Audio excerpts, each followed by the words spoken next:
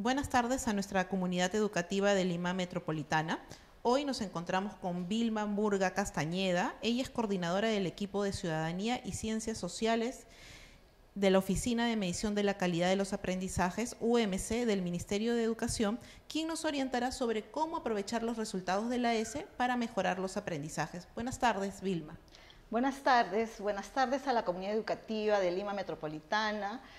Es un gusto poder comunicarnos a través de este medio con los directores, con los docentes y con la comunidad educativa en general para conversar acerca de la información que la Oficina de Medición de la Calidad de los Aprendizajes produce y espera sea utilizada en favor de la mejora de los aprendizajes de nuestros estudiantes en las escuelas.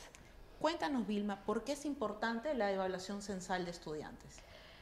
Mira, la evaluación censal de estudiantes nos brinda información útil y necesaria para tener un diagnóstico acerca de los logros de aprendizaje de nuestros estudiantes.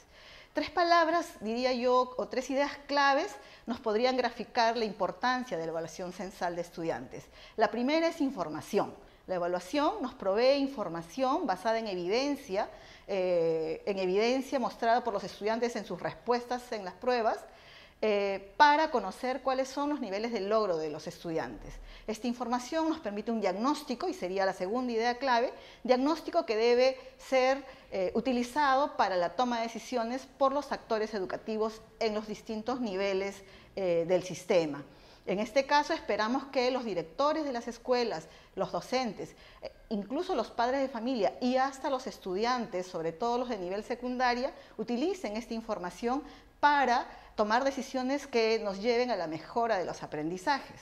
Ahora, quisiera recordar que la evaluación censal de estudiantes evalúa estudiantes de segundo y cuarto grado de primaria en las competencias de lectura y matemática, y en segundo de secundaria, además de lectura y matemática, este año por primera vez hemos evaluado el área de historia, geografía y economía con las competencias que involucran esta área tan compleja con un enfoque de ciudadanía. Nos gustaría de pronto en algún momento también tener un espacio para desarrollar esto que es nuevo en la evaluación.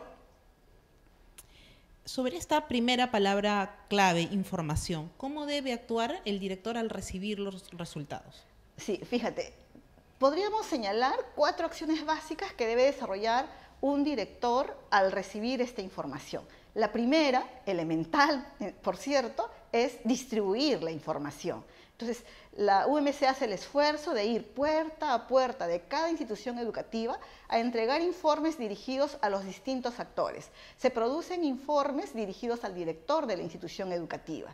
Se producen otros de corte más pedagógico, dirigido a los docentes de las áreas y grados evaluados. Y se producen también informes dirigidos a los padres de familia, reportando los resultados de sus hijos e hijas. Entonces, una primera tarea elemental que puede parecer sencilla, pero que es fundamental, es distribuir los resultados. Es penoso a veces encontrar, cuando vamos a visitar a las escuelas, que los docentes nos reportan no haber recibido o no conocer estos informes.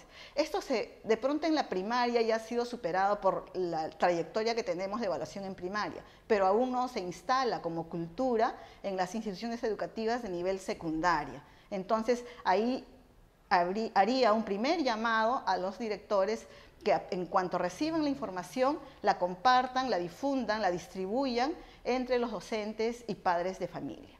Una segunda tarea va por conocer los resultados. Un director de escuela no puede dejar de conocer los resultados de logros de aprendizaje de sus estudiantes. Conocerlos, digamos que es un paso más, pero analizarlos, es decir, establecer algunas hipótesis que expliquen esos resultados, es un paso superior y esperado para la gestión de una escuela. Entendemos, nosotros sabemos que los directivos tienen una gran carga de trabajo, pero es necesario que ellos, que ustedes, directores, consideren establecer alianzas con sus subdirectores que de pronto tienen una labor más directa con los docentes. Si no tienen subdirectores, puede ser con los coordinadores de área, en secundaria o de grado, en primaria.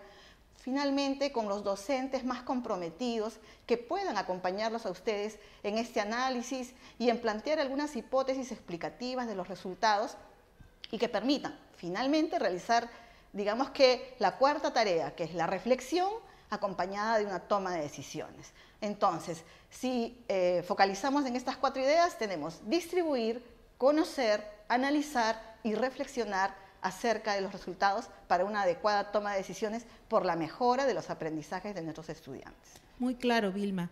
¿Qué otros indicadores pueden influir en los resultados? Me refiero a elementos como el clima institucional de la institución educativa. Sí, mira, bien importante lo que me preguntas, porque muchas veces estos resultados suelen servir para señalar, para buscar responsables, para culpar al docente que enseñó el grado, al docente que tuvo a cargo la sección que no salió bien, estigmatizar las prácticas pedagógicas y en realidad los resultados de un grupo de estudiantes, si bien es cierto, están midiendo una competencia y un grado evaluado, finalmente debemos asumir que son los resultados de aprendizaje de una comunidad educativa, es decir, los factores que influyen sobre los aprendizajes no son solamente la interacción docente-estudiante en el aula. Hay un conjunto de factores que vienen desde el clima escolar. Incluso no tendríamos que ser ingenuos y tenemos que asumir realmente que los factores socioeconómicos, los factores de contexto, también influyen sobre los resultados de los estudiantes. Entonces, tenemos que tomar en cuenta que estos factores nos ayudan a explicar los resultados. Pero también tenemos que tomar en cuenta que la cultura escolar, las dinámicas que se establecen en las instituciones educativas también pueden favorecer o plantear dificultades adicionales para el logro de los aprendizajes. Fíjate que en los informes para la institución educativa, a los directores se les informa acerca de un nivel de comparación que hemos establecido entre escuelas similares, entre escuelas parecidas. Entonces, si tenemos por ejemplo, un grupo de escuelas que tienen las mismas condiciones de infraestructura, las mismas condiciones de contexto de la comunidad, las mismas condiciones de nivel socioeconómico de las familias, o más o menos parecidas, sin embargo, no necesariamente 2 escuelas con esas mismas condiciones tienen los mismos resultados. Hay escuelas que a pesar de estar en las mismas condiciones tienen mejores resultados que otras. Eso entonces nos lleva a reflexionar acerca de cuánto efectivamente la escuela está cumpliendo su rol de ofrecer las oportunidades de aprendizaje para que nuestros estudiantes rindan y logren el nivel esperado en el que son evaluados. Y esto sí, tomando en cuenta que la evaluación censal de estudiantes mide algunos grados y algunas competencias. Entonces, docentes y directivos tienen que tomar en cuenta también toda la riqueza de la información que produce la propia institución educativa para analizar, junto con los resultados de la evaluación censal, también los logros de aprendizaje de los otros grados y las otras áreas que no son evaluadas. Entonces, entendemos que es muy importante que este resultado sea incluido en el plan anual de trabajo de la escuela. ¿De qué manera debe realizarse? Claro. Ahí también, y buscando justamente dar un mensaje que nos deje como ideas clave, pensaba en dos ideas, que es el tema de la participación y la planificación, ¿no? Y ahí entonces debe generarse en la escuela un espacio que permita a los actores de la escuela, de la institución educativa, encontrarse, conversar, reflexionar acerca de qué nos podría explicar estos resultados como ya hemos planteado antes y que permita también tomar decisiones que se incluyan en el plan anual de trabajo. Es decir, no tenemos que crear estrategias paralelas, documentos paralelos, sino establecer algunas tareas, algunas acciones centrales que se incluyan en el plan anual de trabajo y que involucren a todos los actores de la escuela. No solo a los profesores de segundo y tercer grado porque queremos subir el porcentaje de nivel de logro en segundo grado. No solo a los de segundo de secundaria, sino entender que los resultados de nuestros estudiantes son los resultados de las dinámicas escolares que se establecen en la institución educativa. Y esto involucra desde la persona que nos recibe en la puerta, el personal administrativo, el personal docente y, claro, el liderazgo pedagógico de los directivos. Y estos espacios se deben dar en la escuela. Estamos hablando de la jornada de reflexión. Así es, ¿no? Una jornada de reflexión que está normada incluso en la directiva del año escolar que debe tener un espacio propio, un espacio programado desde la gestión de la escuela. La UMC entrega una pauta que sugiere, en verdad, una pauta para la jornada de reflexión, pero ¿qué es eso? Es una sugerencia, no es una camisa de fuerza. Cada escuela debe tomar en cuenta sus condiciones, sus fortalezas, sus oportunidades, los tiempos que tiene, la diversidad de sus horarios, la diversidad, en fin, del acceso, los tiempos de que dispone, para establecer sus propias dinámicas y estrategias, su propio diseño de jornada de reflexión. Nosotros les damos una pauta con las ideas centrales que consideramos deben tomar en cuenta en esta jornada, que es fundamental, que no debe dejar de realizarse en la escuela. ¿Cuáles son estas ideas centrales que deben tener en cuenta para la jornada de reflexión? En principio, que quienes dirijan la jornada, que le correspondería al director, al equipo directivo o de pronto a un equipo que se forme en la escuela para ello, debe conocer y saber de qué está hablando, debe haber informado, por eso es que no, y debe haberse la comunidad educativa previamente también informado acerca de lo que se va a ver en esta jornada de reflexión.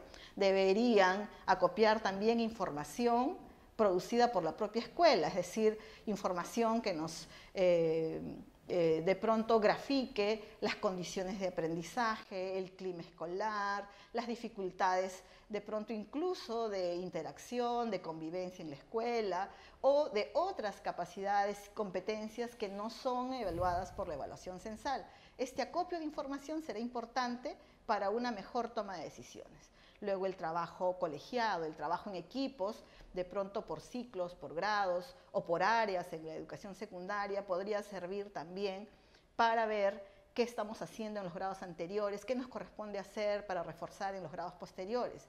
Y en la educación secundaria incluso un nivel de coordinación interáreas, porque todas contribuimos con el mismo estudiante, es decir, se evalúa al estudiante en lectura, en matemática, en historia, geografía y economía, pero esto no quiere decir que las otras áreas no estén directa o indirectamente vinculadas con el desarrollo de los aprendizajes de este estudiante que es uno. Entonces, todas esas reflexiones deberían realizarse en este espacio, que debería terminar con un conjunto de tareas.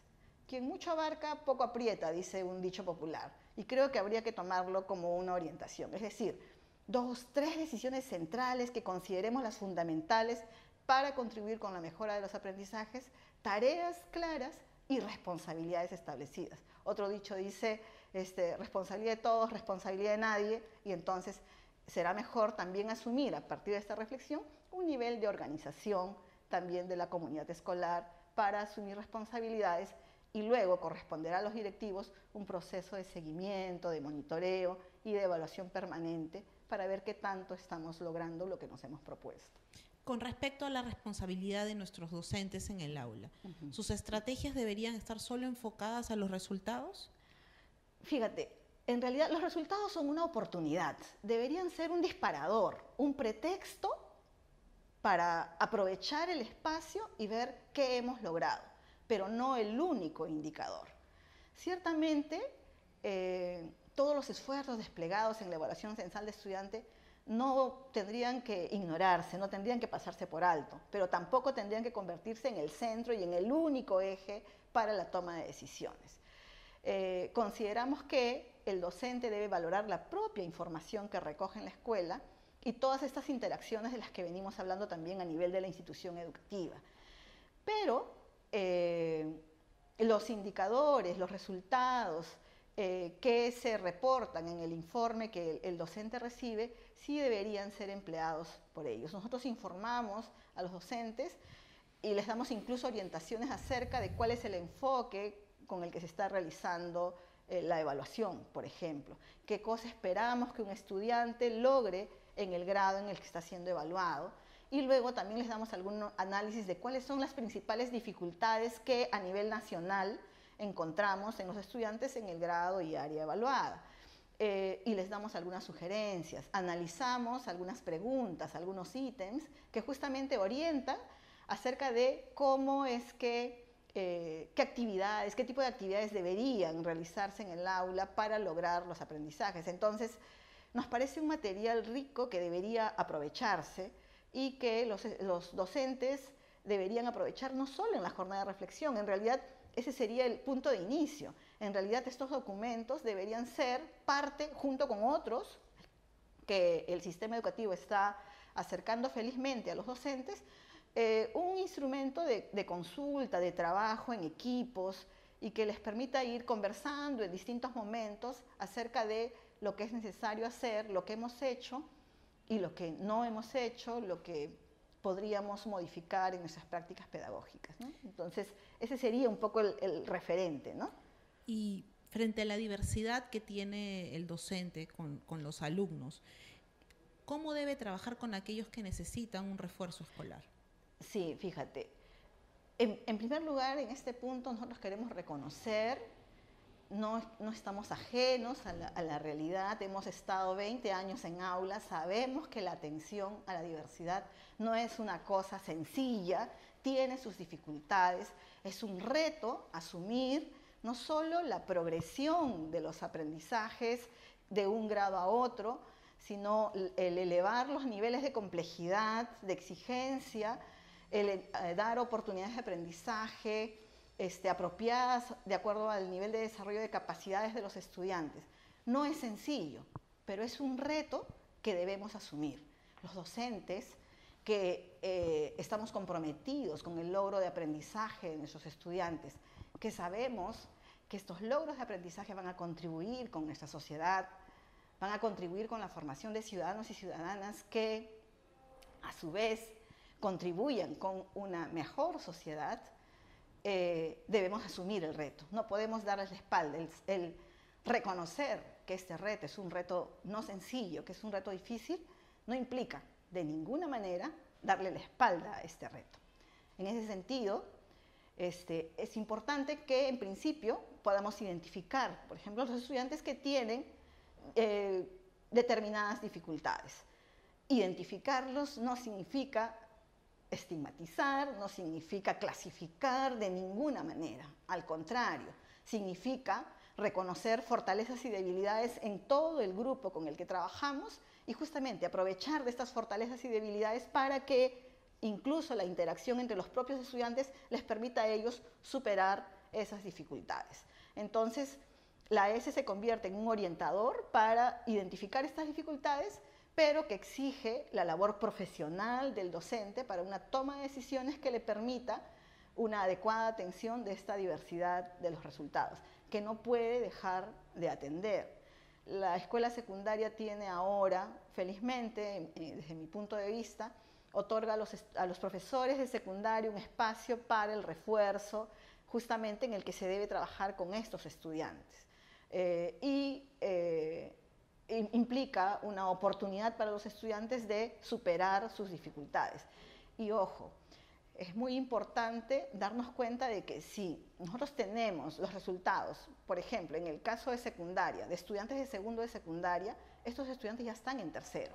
Y los estudiantes que no han logrado los aprendizajes del sexto ciclo, del segundo de secundaria, están partiendo tercero con una dificultad, con un déficit de aprendizajes que deberían ser cubiertos. Entonces, los docentes tienen que ser conscientes de eso, de tomar decisiones para remediar oportunamente este retraso en el aprendizaje, pero además no perder de vista que ese año también debe permitir no solo nivelar a los estudiantes que necesitan hacerlo, sino también lograr con ellos avanzar en lo esperado para el grado.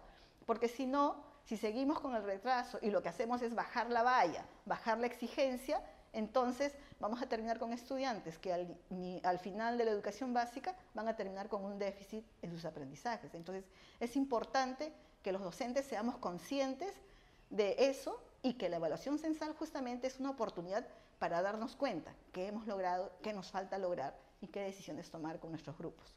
Para estas reflexiones que realizan los docentes, ¿es recomendable el trabajo en grupos de interaprendizaje? Definitivamente, definitivamente, ¿no?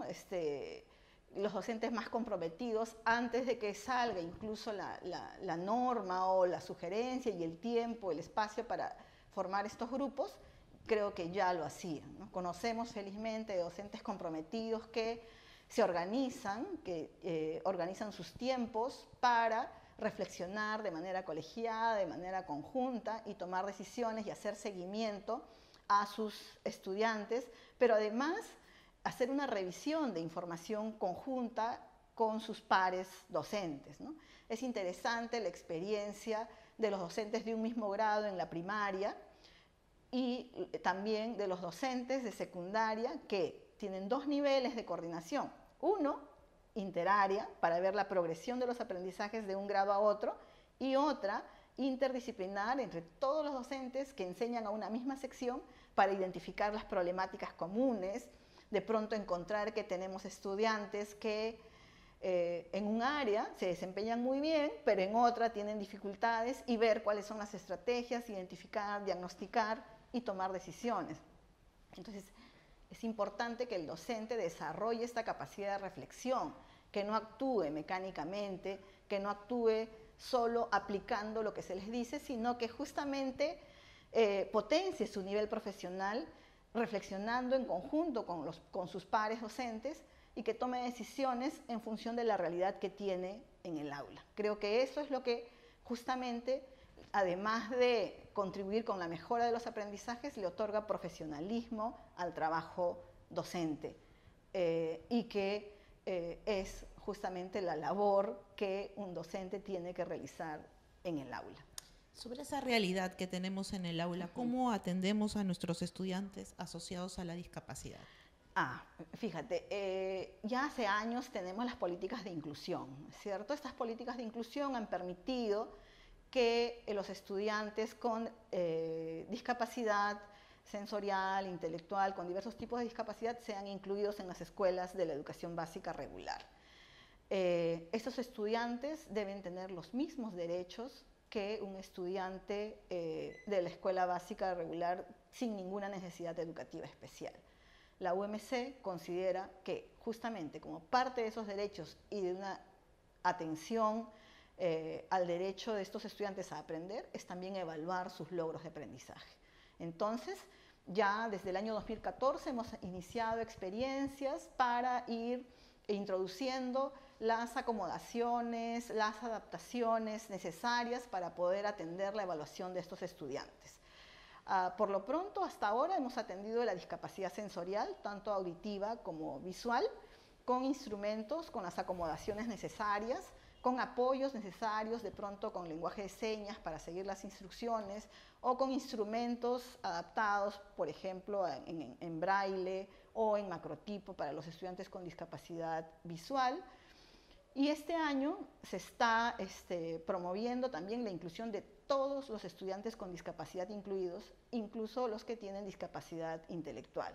Justamente hace poco la UMC ha realizado un streaming en el que se está difundiendo el registro de esos estudiantes, porque claro, tenemos el proceso de inclusión en la escuela, pero no necesariamente los sistemas de registro han funcionado. Y desde aquí aprovecho también para hacer un llamado a los directores para tener este registro actualizado en el CIAGIE, pero también tenemos un registro, la UMC ha creado una sección en la web, que es la sección de atención a las necesidades educativas especiales, y dentro de esta sección hay un registro, el RNE, que es el registro de necesidades educativas especiales.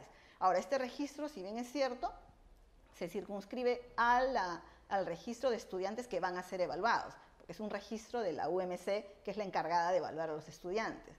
Y esperamos que en los próximos meses, entre mayo y junio, los directores a nivel nacional registren a sus estudiantes con algún tipo de discapacidad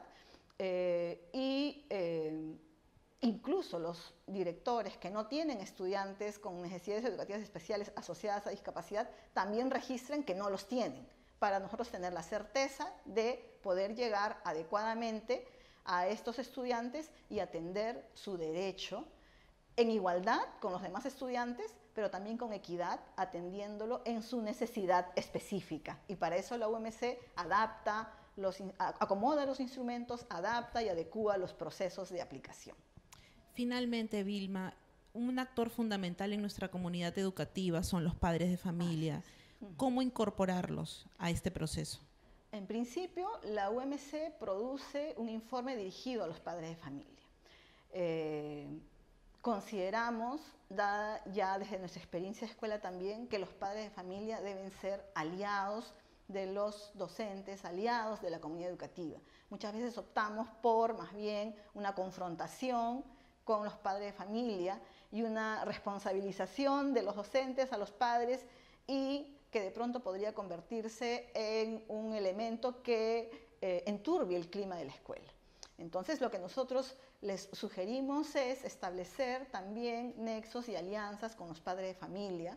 Los informes que nosotros les entregamos deben ser conocidos por los directores y los docentes, es decir, directores y docentes deben conocer qué es lo que les estamos sugiriendo a los padres en estos documentos que se dirige a ellos.